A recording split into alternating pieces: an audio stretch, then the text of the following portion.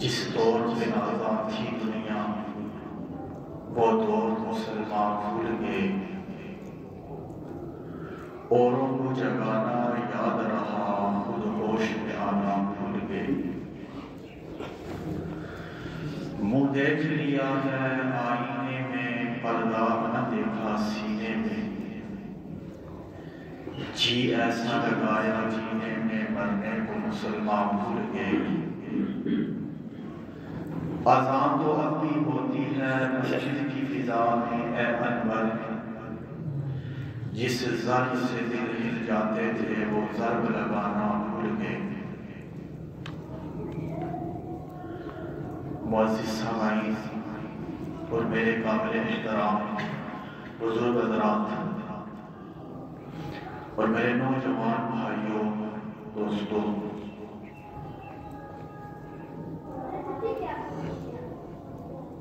میں نے آپ حضرات کے سامنے جو آیات تلاوت کی، یہ 30ویں پارے کی آیات ہے سورہ مطففین کی۔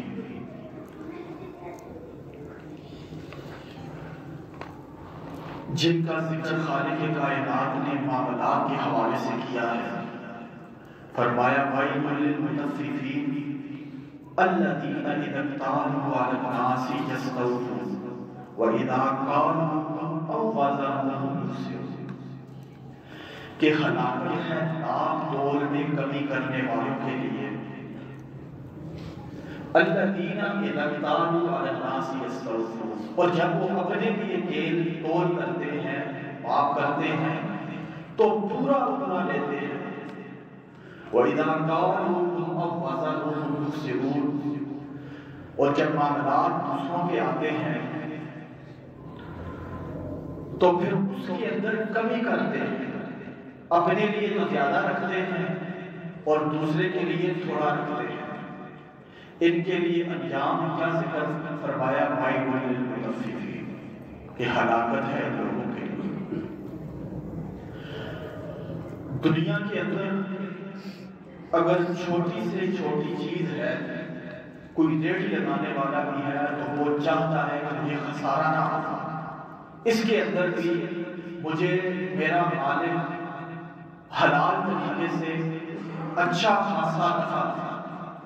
کوئی بزنس مین کاروباری ہے تو وہ بھی یہ نہیں چاہتا کہ مجھے دنیا کے اندر نقصان ہو، جو میں نے انویسٹمنٹ کی ہے اس کے اندر مجھے نقصان ہو۔ کوئی ملازمت پیشہ افراد ہیں تو ان کی دل کی بھی یہ تمنا، یہ حسرت، یہ جستجو ہوتی ہے، یہ جنون ہوتا ہے کہ کسی نہ کسی جگہ پر مجھے جو ہے نقصان کا سودا نہ کرنا پڑے۔ اور یہاں جو خالق کائنات فرماتے ہیں کہ ہلاکت ہے ناپ تول میں کمی کرنے والوں کے لیے، تو اس کے اندر کمی کیا ہے کہ اس نے ایک خفیف، ایک ہلکی سی چیز کو اتنی بڑی حقیقت خالق کائنات نے جو ایمان کی صورت میں اس کے دل کے وسط میں پیوست کی ہوئی ہے، اس کو وہ بھول گیا، اس کو اس نے پس پشت میں ڈال دیا اور اپنی ظاہری صورت کے اندر تھوڑے سے ہلکے سے نفع کے لیے وہ اپنا ایمان تک اس نے سمجھوتے کے اندر ڈال دیا۔ تو فرمایا وَيْلٌ لِّلْمُطَفِّفِينَ، ہلاکت ہے اور اس کی حقیقت سورہ بقرہ کی آیت نمبر 16 کے اندر خالق کائنات فرماتے ہیں اولئک الذین اشتروا الضلالۃ بالہدی فما ربحت تجارتهم وما كانوا مهتدین، کہ وہ لوگ کہ جنہوں نے ہدایت کے بدلے میں گمراہی کو خرید لیا، فما ربحت تجارتهم، نفع نہ دیا ان کو ان کی تجارت نے، وما كانوا مهتدین، اور اب یہ ہدایت کے رستے پر روکنے والے نہیں۔ اور وہ ہدایت کا سودا کیا تھا کہ انہوں نے ہدایت کو پسے کچھ ڈال دیا، وہ یہ ایمان ہے جو ہمیں رمضان مبارک کے اندر کوئی تنہائی کے اندر بیٹھا ہو، جنگل کے اندر بیٹھا ہو تو ہاتھ نہیں لے کے جاتا کھانے کی طرف کہ میرا روزہ میں ہے، وہ جو روزے کا مقصد ہے وہ فوت ہو جائے گا، میں بے شک پوری دنیا کے سامنے جھوٹ بول لوں لیکن اللہ کے سامنے میں کیا جھوٹ بولوں گا؟ تو یہی جب معاملات کے اندر بات آتی ہے تو اللہ نے جو اس کے اندر ایمان کی حقیقت رکھی ہوئی ہے، جب اس نے ظاہری نفع تھوڑا سا دیکھا اس کو پسے کچھ ڈال دیا۔ اس کا ذکر خالق کائنات فرماتے ہیں کہ نفع نہ دیا اس کو اس کی تجارت نے، اور پھر یہ ہدایت کے راستے سے بھی آگے۔ حدیث میں آتا ہے، حضرت ابو ہریرہ رضی اللہ تعالی عنہ کی روایت ہے کہ نبی پاک صلی اللہ علیہ وسلم نے فرمایا کہ اللہ تعالیٰ پاکیزہ ہے اور پاکیزہ چیزوں کو پسند کرتا ہے، چنانچہ اس نے ایمان والوں کو بھی وہی حکم دیا ہے جو اس نے اپنے انبیاء کو دیا تھا۔ اور پھر قرآن کی آیت پڑھی، یا ایھا الرسل کلوا من الطیبات، اے میری انبیاء کی جماعت پاکیزہ چیزوں میں سے کھاؤ۔ اور پھر دوسری آیت پڑھی، یا ایھا الذین آمنوا کلوا من الطیبات ما رزقناکم، کہ اے ایمان والو پاکیزہ چیزوں میں سے کھاؤ جو ما رزقناکم، جو میں نے تم کو عطا کیا۔ یہ رزق کا ٹھیکیدار انسان نہیں ہے، جہاں بھی رزق کے معاملات آئے ہیں تو اللہ نے یہ فرمایا ہے کہ ما رزقناکم، یہ تو ہم نے تم کو دیا ہے رزق، اس میں سے خرچ کرو۔ اور یہاں پر کیا کہا جا رہا ہے کہ اس میں سے کھاؤ جو ہم نے تمہیں دیا ہے پاکیزہ چیزوں میں سے۔ اور پھر اسی حدیث کو آگے ذکر کرتے ہوئے فرمایا کہ ایک شخص آتا ہے اور بڑے لمبے سفر سے اور بڑا تھکا ہوا ہوتا ہے، بال بکھرے ہوئے ہیں، اللہ کے سامنے ہاتھ اٹھا کے دعا مانگ رہا ہے، اور حالت کیا ہے اس کی؟ وَمَطْعَمُهُ حَرَامٌ وَمَلْبَسُهُ حَرَامٌ وَمَشْرَبُهُ حَرَامٌ، اس کا کھانا بھی حرام کا، اس کا پینا بھی حرام کا، اور اس کا لباس تک حرام کا ہے، اور دعائیں مانگی جا رہی ہیں اللہ سے، تو اللہ تعالیٰ اس کی دعا کو رد کر دیتا ہے۔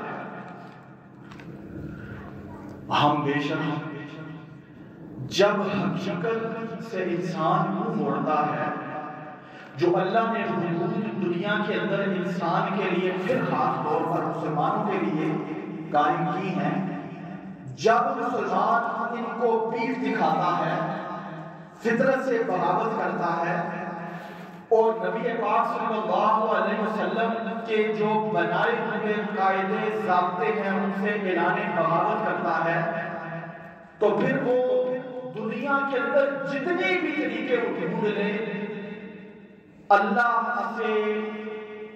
اللہ سے مانگنے کے، اللہ کے قرب کے، اللہ تعالیٰ کو کوئی پرواہ نہیں۔ اللہ سمجھ کو ویسے بھی سمجھدار ہے، وہ بے نیاز ہے، اس کو کسی کی عبادت کی ضرورت نہیں جب انسان حقیقت سے ملتے ہیں۔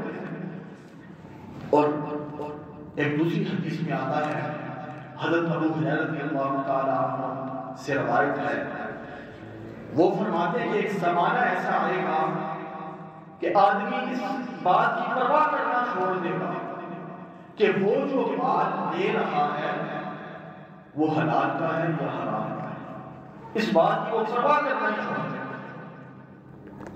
اب مجھے بتاؤ کہ جس کا کھانا بھی حرام کا ہو، پینا بھی حرام کا ہو، وہ بے شک رات کو تہجد میں اٹھ کے کھڑا رہے گا، رونا تو خیر ویسے ہی اس کو آئے گا نہیں، کھڑا رہے گا، کیونکہ وہ دل کا گدار بھی ختم ہو جاتا ہے۔ وہ ایمان کی جو حقیقت ہوتی ہے، جو اللہ بچے کے ساتھ اس کے دل کے اندر لگا دیتا ہے، وہ چپ ہوتی ہے، وہ ختم ہو جاتی ہے حرام کھانے سے۔ وہ مانگتا رہے گا، دن میں 4 گھنٹے کھڑا ہو جائے، 2 گھنٹے مانگتا رہے گا، اوابین کے 20 نفل بھی پڑھ لے، 7 صلاۃ اللیل بھی اپنا معمول بنا لے، تب بھی اللہ تعالیٰ کو رحم نہیں آئے گا۔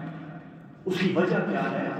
اس نے اللہ کے ضابطوں میں ہاتھ ڈال دیا ہے، اس نے اللہ تعالیٰ نے جو حدود رکھی تھی اس کو تجاوز کر کے اسے آگے کھڑا ہو گیا۔ تو حضرت ابو ہریرہ رضی اللہ تعالیٰ عنہ کیا فرما رہے ہیں کہ ایک وقت ایسا آئے گا کہ آدمی اس بات کی پرواہ کرنا چھوڑ دے گا کہ وہ جو مال دے رہا ہے وہ حرام کا ہے یا حلال کا ہے۔ آج وہ وقت ہے، یعنی کہ ہماری نسلیں وہ وقت دیکھیں گی، ہم وہ اپنی آنکھوں سے یہاں خود رات بیٹھے ہیں، سفید ٹی شرٹ رات بیٹھے ہیں، معاملات ہوتے ہیں، ہمارے سامنے ہے یہ وقت، پیٹ میں حرام لقمہ اور طواف پر طواف کا خود چکر میں کہ لوگ اس چکر میں پتہ ہی نہیں۔ حقیقت اگر انسان اپنا محاسبہ کر لے اور یہ دیکھ لے کہ میں یہ جو رزق کی دوڑ لگائے ہوئے اس کے اندر اللہ کا حکم تو میں نہیں برباد کرتا، ہم راضی کو چھوڑ کے رزق کی طرف بھاگ رہے ہیں، وہ بھاگتا رہے گا زندگی میں۔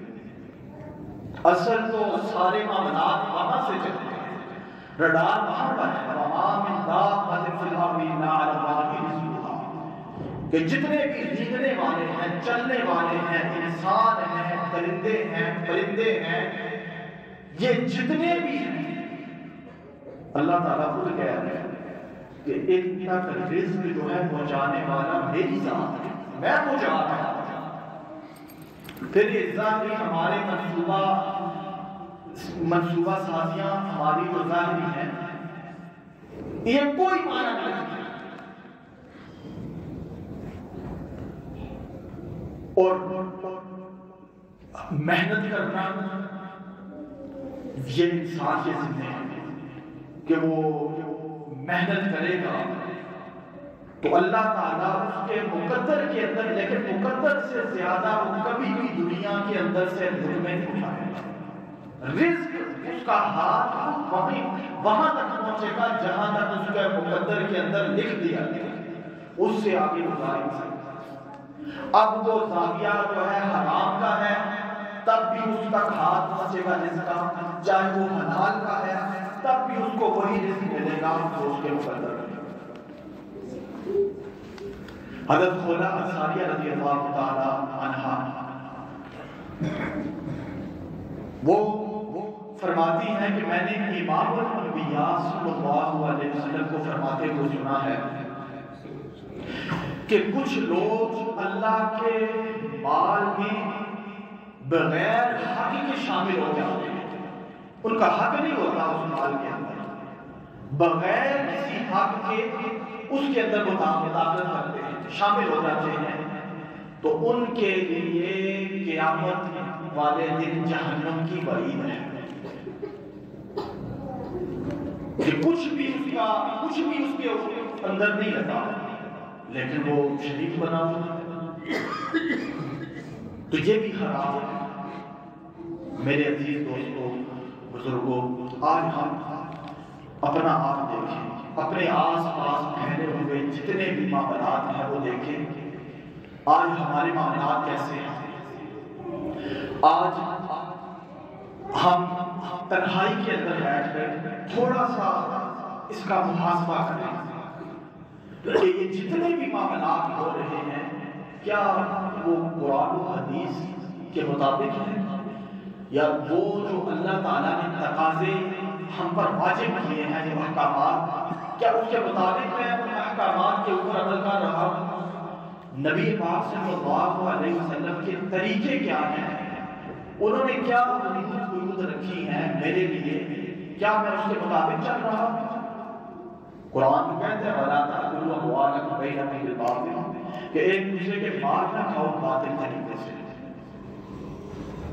اور پھر میں دیکھوں کہ میری کمائی کا ذریعہ کیا ہے، اور اس کے بعد مجھے یہ گمان ہو اپنی نماز کا، اپنی تہجد کا، اپنے نیک کاموں کا نقصان کیا ہوتا ہے مال کھانے سے، مال حرام کھانے سے، کہ نیک جتنی بھی اس کے کام ہیں، جتنی بھی نیکیاں وہ کرتا یہ خراب بھر دے، زمین آسمان کا وہ خراب بھر دے، اس کو اس کا اجر نہیں ہوتا۔ یہ ایسے ہی ہے کہ ایک شخص جو ہے وہ کتے کو پکڑ کے اور کہے کہ میں نے سنت طریقے پر اس کو ذبح کیا ہے اور تکبیر بھی پڑھی ہے اور الحمدللہ بسم اللہ سے میں نے یہ تکبیر شروع کی ہے اور ساری چیزیں میں نے مسجد خانہ رکھی ہیں، تو کیا وہ حلال ہو جاتا ہے؟ اس کی حقیقت کے اندر وہ نجسین ہے، وہ ہے ہی حرام ہے۔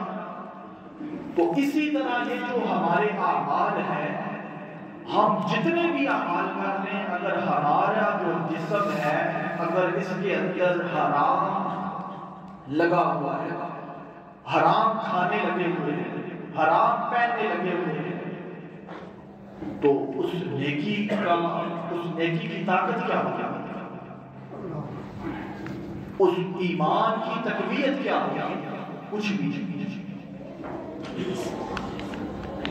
تو میرے عزیز دوستوں بزرگوں، ہم نے یہ چیز دیکھی ہے، معاملات دیکھنے ہیں۔ آج ہم عبادات کے اوپر تو زور دیتے ہیں اور ہمیں نفلوں کی بھی ہمیں فکر ہوتی ہے کہ میں اتنے نفل پڑھ لوں، تعداد بھی دیکھتے ہیں، لیکن ہمیں معاملات میں پتہ ہی نہیں ہوتا کہ میں اپنے معاملات کیسے کر رہا ہوں۔ پھر اس کی وہ ظاہری جو ہے ایک ہوا ہے جو اس کو دھوکہ دے رہا ہے، اس کے پلے کچھ بھی نہیں۔ صحابہ اکرام بیٹھے ہوئے ہیں، امام الانبیاء سوال کر رہے ہیں کہ میرے صحابہ مفلس کسے کہتے ہیں؟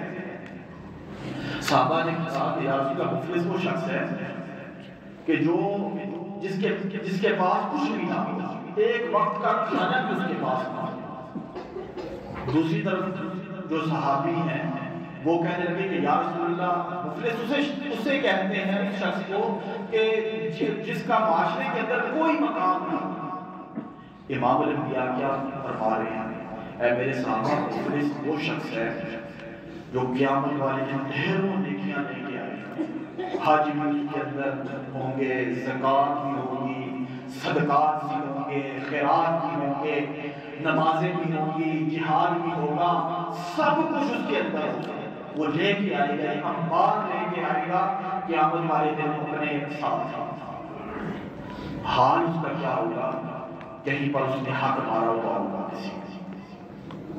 کہیں پر اس نے اپنی زبان سے حرام بول بولا ہوا ہوگا کسی کے متعلق جس کی کوئی حقیقت نہیں، جس کو تہمت کہا جاتا ہے۔ کہیں پر غیبتوں کے انبار ہوں گے، نتیجتاً کیا ہوگا؟ وہ سارے اعمال اس کے جو وہ کر کے آیا ہوگا، کیونکہ طاقت تو اس کے اندر نہیں ہے، کیونکہ اس کے ذریعے جتنے بھی ہمارے اعمال ہم کرتے ہیں، اس کا مقصود اپنا تزکیہ ہے، اپنا محاسبہ ہے کہ نماز ہم پڑھ رہے ہیں اس لیے پڑھ رہے ہیں کہ اس کے ذریعے اللہ تعالیٰ کا مجھے قرب مل جائے، اور یہ جو ظاہری کثافت میرے جسم کے اوپر چڑھ چکی ہے، اس کو میں اپنے اعمال سے دھو ڈالوں، یہ مقصد ہوتا ہے اعمال کا۔ تو کیا ہوگا کہ وہ جتنی بھی نیکیاں ہیں، حالانکہ وہ گناہگار اس کے سامنے کھڑے ہوں گے، جو اس کے حریف ہوں گے، وہ ان کو دے دی جائیں گے، حتیٰ کہ بالکل یہ اکیلا کھڑا رہ جائے گا۔ پھر جہنم کا داروغہ آئے گا، اٹھا کے اس کو جہنم کے اندر ڈال دے گا۔ امام الانبیاء نے فرمایا یہ شخص مفلس ہے۔ اب کیا تھکاوٹ کا کیا اس کو ملا کیا ہے؟ جو محنت کی ہے اس نے دنیا کے اندر، کتنی اس نے تگ و دو کی ہے، اعمال ظاہر بنائے ہیں، لیکن وہ آس پاس جو ہے پکچر تو چلی گئی ہے سب کے سامنے، لیکن جو اعمال کی حقیقت جو اللہ کے دربار میں جاتی ہے وہ ہے ہی نہیں، اس کو کوئی فائدہ نہیں۔ عدل و انصاف سے حشر پر موقوف نہیں، یہ زندگی خود بھی گناہوں کی سزا دیتی ہے۔ حقیقت پوچھتے ہو کیا؟ پیشہ کیا نہیں ہوتا؟ یہاں اعمال ملتے ہیں، عبادات کی تجارت ہے۔ ویسے تو مسلمان ہیں، مرد مومن اب کہاں ہے؟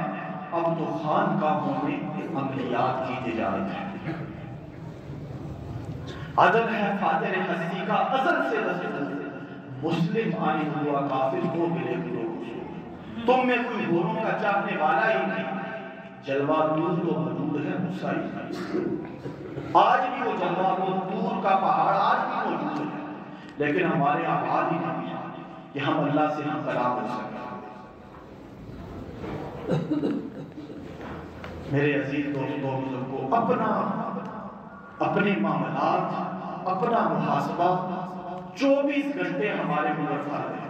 صرف یہ نہیں ہے کہ ہم بھاگ کے آ کے نماز پڑھ کے پھر اپنے کاموں میں لگ جائیں۔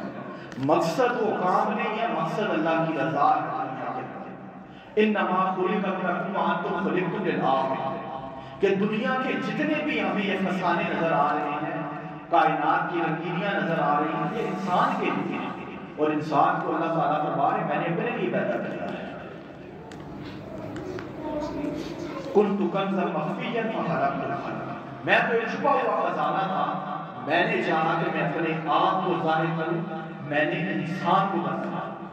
ایک جگہ ایک حدیث قدسی میں آتا ہے کہ انسان میرا راز ہے،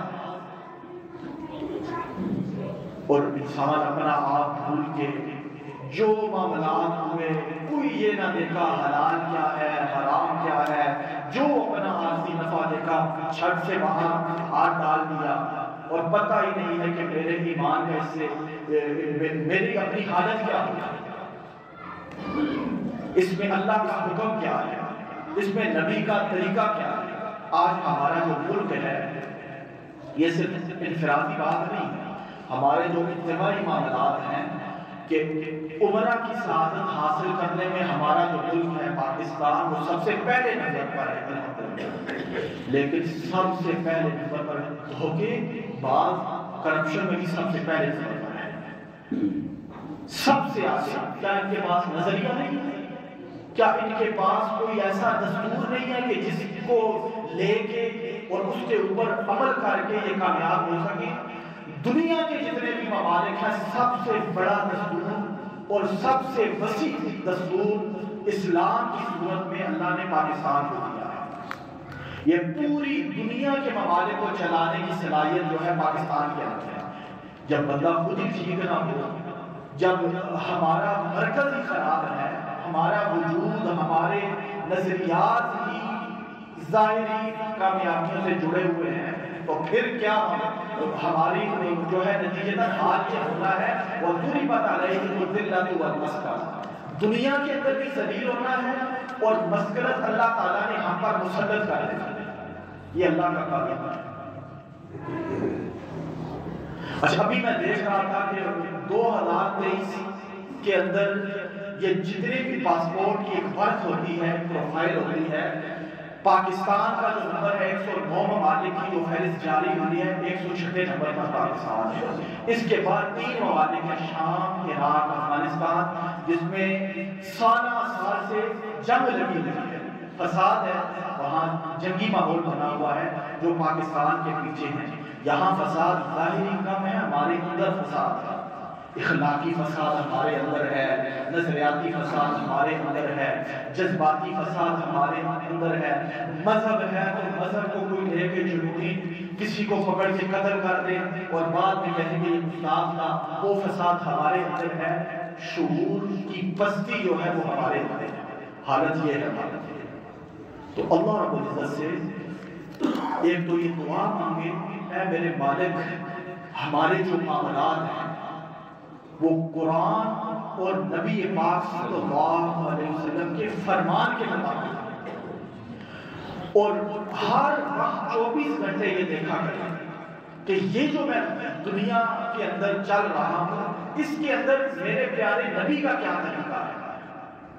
صرف مذہب مسجد کی چار دیواری کا نام نہیں، ہمارا یہ ضابطۂ حیات ہے جس کے اندر ہماری یہ دنیا، اس دنیا کی کامیابی بھی ہے اور آخرت کی ہمیشہ ہمیشہ کی کامیابی بھی اسی کے اندر ہے۔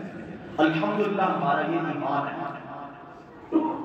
اللہ رب العزت ہمیں عبادات کے ساتھ ساتھ معاملات کی صفائی، معاملات کے اندر بھی امام الانبیاء اور قرآن کے جو تقاضے ہیں اس کو دیکھ کر سمجھ کر اس پہ معاملات پہ عمل کرنے کی توفیق عطا فرمائے۔ جو کچھ کہا سنا اس پر ہم سب کو عمل کرنے کی توفیق عطا فرمائے۔